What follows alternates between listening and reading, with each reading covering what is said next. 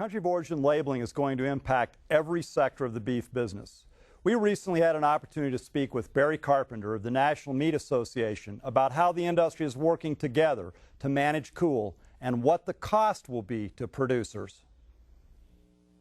What we're doing as an association is working with cattle feeders, producers, auction markets, and others in the marketing chain to try to identify the most efficient way to convey that information through the process, so when we slaughter the animal, we can convey that information to the retailer in a cost-effective, efficient way.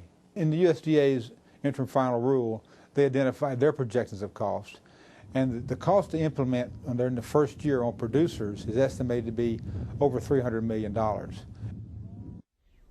Let's return to our panel discussion. Tom, we'll start with you. The COOL rule goes into the effect at the end of the month, but there's an issue on so-called gap cattle, or those animals traded in the period between July 15th and September 30th. What's going to happen to those so-called gap cattle in the feeding sector? Well, Tom, those cattle will have, as you said, they'll have traded after July 15th, so they will not be grandfathered in necessarily as U.S. origin cattle. But we will be able to, the owner of those cattle will be able to verify the origin and serve the purpose of being, in a sense, the verifier of the origin of those cattle. In other words, we may, in the case of Canadian origin cattle or Mexican cattle, look at the brand on those cattle, designate the origin, complete the necessary affidavits, and sell those cattle to the packers under that type of designation. Otherwise, if they don't have that qualification, they'll probably be U.S. origin cattle. But that's something that's going to be handled by the owner of the cattle from July 15th after, until the rule takes effect. They'll be required to take those necessary steps and really will be the validator of the origin of the cattle. Thank you. And Herb, what about these so-called gap cattle? How will the packing industry handle them? Well, Tom, as Jim noted, there's a number of vehicles, the affidavits. It's our understanding that first-hand knowledge of the livestock is valid for applying a country of origin. And currently, a visual ID affidavit is being discussed and worked on with USDA.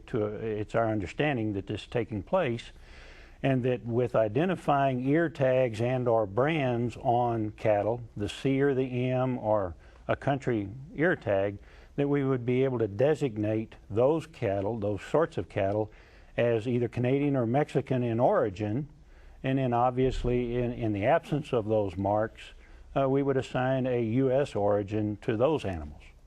And that from that visual affidavit, the packer would accept that as first-hand knowledge and apply that country of origin to the covered commodity and operate just as we would with any other affidavit in the system. Thanks. Jim, we'll turn to you here. Let's talk about putting together a lot of cattle.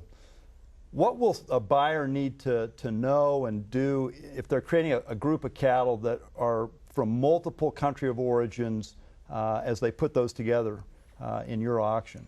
Well, Tom, first of all, I think the visual side of that, the visual appraisal of the M brand or the ear tag, what have you, will come into play in that.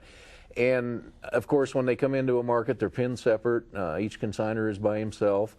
And after they're sold, if you have, say you have a market that's got Canadian cattle and USA cattle, the buyer can put them on two different sheets. We can pin the Canadian cattle separate from US or whatever country may be, keep everything separate, and then the invoices that we send on, like I said, we'll fill in that, this order is Mexican cattle, this order is USA cattle, this order is Canadian cattle. They can be loaded separate, pinned separate, and then it's up to the buyer or the final destination if they want to, commingle those and just sell a mixed deal to the packer or however they want to handle that. But that will actually be pretty easy at the markets to keep everything separate and keep the paperwork handy and separate in instances of commingled cattle, or not commingled, but different countries' cattle coming out of a market.